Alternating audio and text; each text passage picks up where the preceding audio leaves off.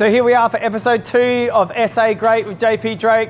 We've been fortunate enough to speak to a good mate, Darren Thomas from Thomas Farms Foods, and happen to be holding my favourite Thomas Farms food product, the Angus Pure Grass-Fed. If you want to learn a little bit more about this, just watch what comes next. So here I am, Thomas Foods, here with Darren Thomas, who's the CEO. He's been called many other things, I'm sure, in his time, but we want to talk about proud South Australian families and South Australian icons, and we are here, and we've been very privileged to have an awesome relationship with you. It goes back into the days of Dad and your dad, so there's a lot of history here, and what has happened with the business has been amazing, and watching the growth of Thomas Foods and Thomas Foods International. You're not afraid to try a few projects, it's fair to say. So business started here, 1988, right here in South Australia. Can you just give us some insight on that? Well, really, if I go back, it even really started with Dad's passion. He quickly worked out, whilst he was quite smart at school, and he actually got a scholarship to Westminster, where I ended up going to school later in life. But he decided really school wasn't his thing, and he sort of absconded, I guess you could call it, up to a sheep station north of Adelaide when he was about sort of 15, 16 years old, and spent a year up there and really thought the rural life is something that he'd been passionate about. He was lucky. A lot of kids these days are unsure, what they want to do in life, but he knew at very early age he wanted to be involved in the rural life of some way. So for a number of years, he worked, I guess, as a jackaroo, as we might crudely call it. And through that period, he was very lucky. He got a very famous stockbroking firm called Coles Brothers, through famous in bloodstock, but also livestock. He got a start there in a very junior position. Whilst he was working there, one of the big customers of Coles Brothers was a company called Holbrook Meat, which was Alan Turner and Bob Rowe. Little did we know that Dad would develop a relationship with Bob, and Alan and Bob had a trading company, T&R Pastoral, which used to trade a bit of livestock on the side, and Dad was fortunate enough to gain a position, left Coles Brothers, and worked with Bob and Alan. What ended up happening was T&R Pastoral was reborn as Thomas and Rowe, but T&R Pastoral as a joint venture with Metro Meat in the early 80s.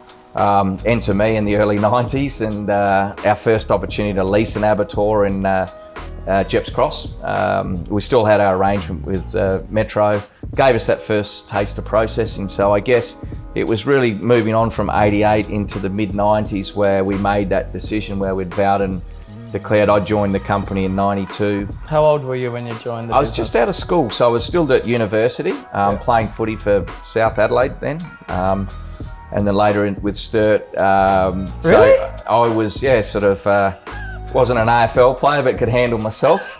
I didn't know that. But so I was doing accountancy and would work part-time with Dad. And in 96, we saw the opportunity to I guess, lease the government-owned abattoir out at Jeps Cross. We couldn't afford it. We couldn't put the money together, unfortunately, to buy it. A Roostrum Sadri, I think from the Tartarian Republic, somewhere in Russia or something, bought it. And that gave us our first insight. It was a time when there was a lot of industrial reform, Peter Reith. There was flexibility, Australian workplace agreements. We were one of the first few people to use those.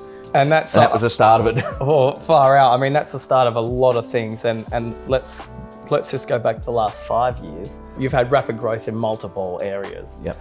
Do you want to just tell us some of those businesses that you do have now without sounding like a knob? No, well, it's a lot's happened in a short time. When you go back to 99, it's only just a little over 20 years ago, but I guess what we've tried to do is work closer with our customers. We don't really want to be the retailer, but in these days, there's that much inefficiency in the value chain, supply chain, whatever you want to do. We felt that we could better work with our end users, taking more control of that. So outside of processing. So what we did, we either have gone and partnered, or we have picked the company we think's best in practice in some of our key markets. So, a little over 11 years ago, we bought into Foodcom, which is the leading importer of chilled beef and lamb in America. Greg Burke, an ex-Aussie, have been very successful up there.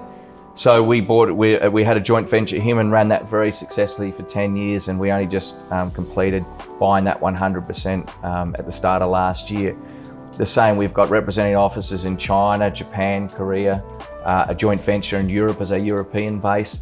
So what that's allowed us to do is work really and show particularly some of the big retailers, which is a large part of our business, is that they are buying from the most direct source, the most efficient manner. We have the most efficient supply chain. Well, you're a mega global business, started here, small beginnings in South Australia. So for us, it just goes to show that anything can happen here in SA. And you talk about Murray Bridge, and obviously your abattoirs there recently had a fire. The exciting part about that is what's coming next. And would you like to fill us in on what's happening here in South Australia in Murray Bridge, hopefully in the next few years? Yeah, look, absolutely. As we've said publicly, it was only 2 years ago. It's gone very, very quickly, but basically end of June, we'll have all the tenders in and we'll have a decision on the rebuild. We've committed to rebuild. I think I stood on the steps down here in Dulwich 24 hours later, whether I regret it or not, but that we're committed to rebuild it. And look, not just from a business point of view, but as I touched on earlier, Murray Bridge was our first plant that we bought. Lobethal and Wallangarra and Tamworth and Blue Lake, Mount Gambier, a few ensued after. But it holds a very special part, and we really couldn't have done that. Although the early days were tough, the Murray Bridge community were the people that supported us. So, and even through the fire, the support that we gained from the community, whilst it was very tough for them, it was a big, employing 2,000 people in a small regional town. It was a big hit to them and all the follow-on businesses. But so we'll be looking at, I think, breaking ground in the mid to latter part this year.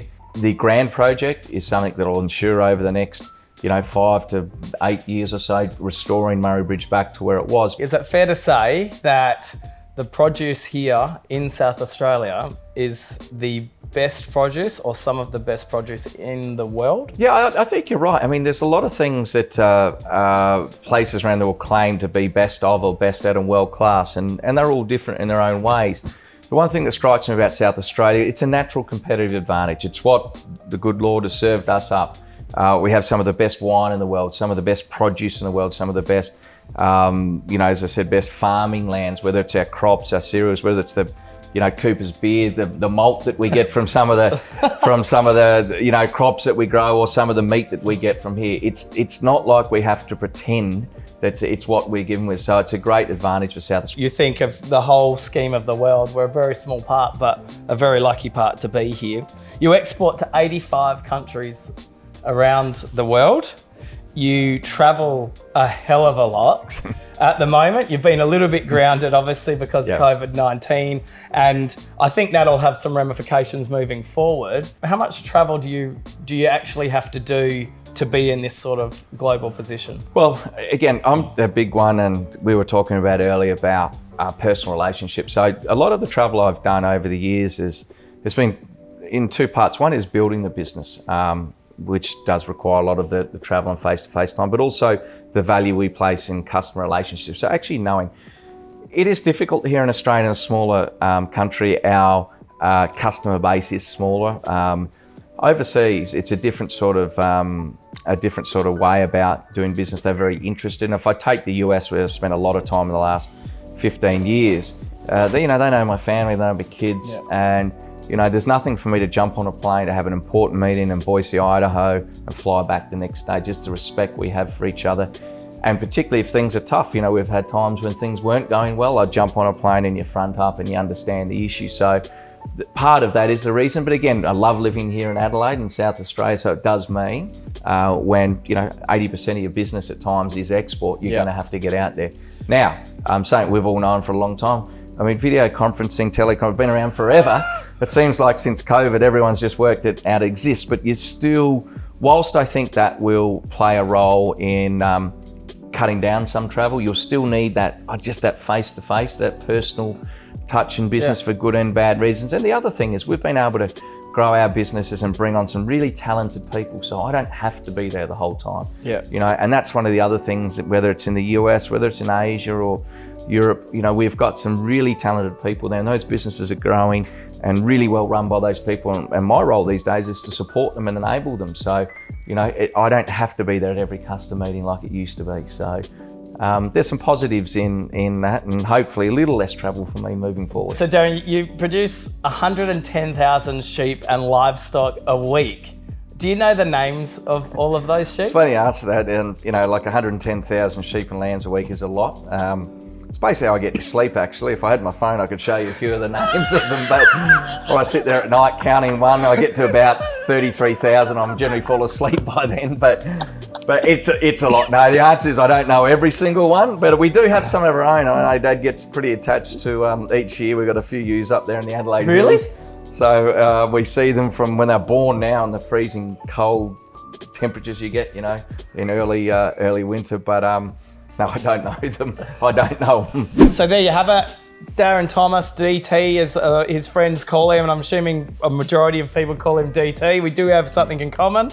I get called JP. This is DT. So there you have it. South Australian success story. I need to say no more. It just goes to show that anything can happen if you put your mind to it. And exporting to the globe, feeding the world right here from South Australia. It's always good to talk about SA and the exciting things that are happening here in SA. So there you have it.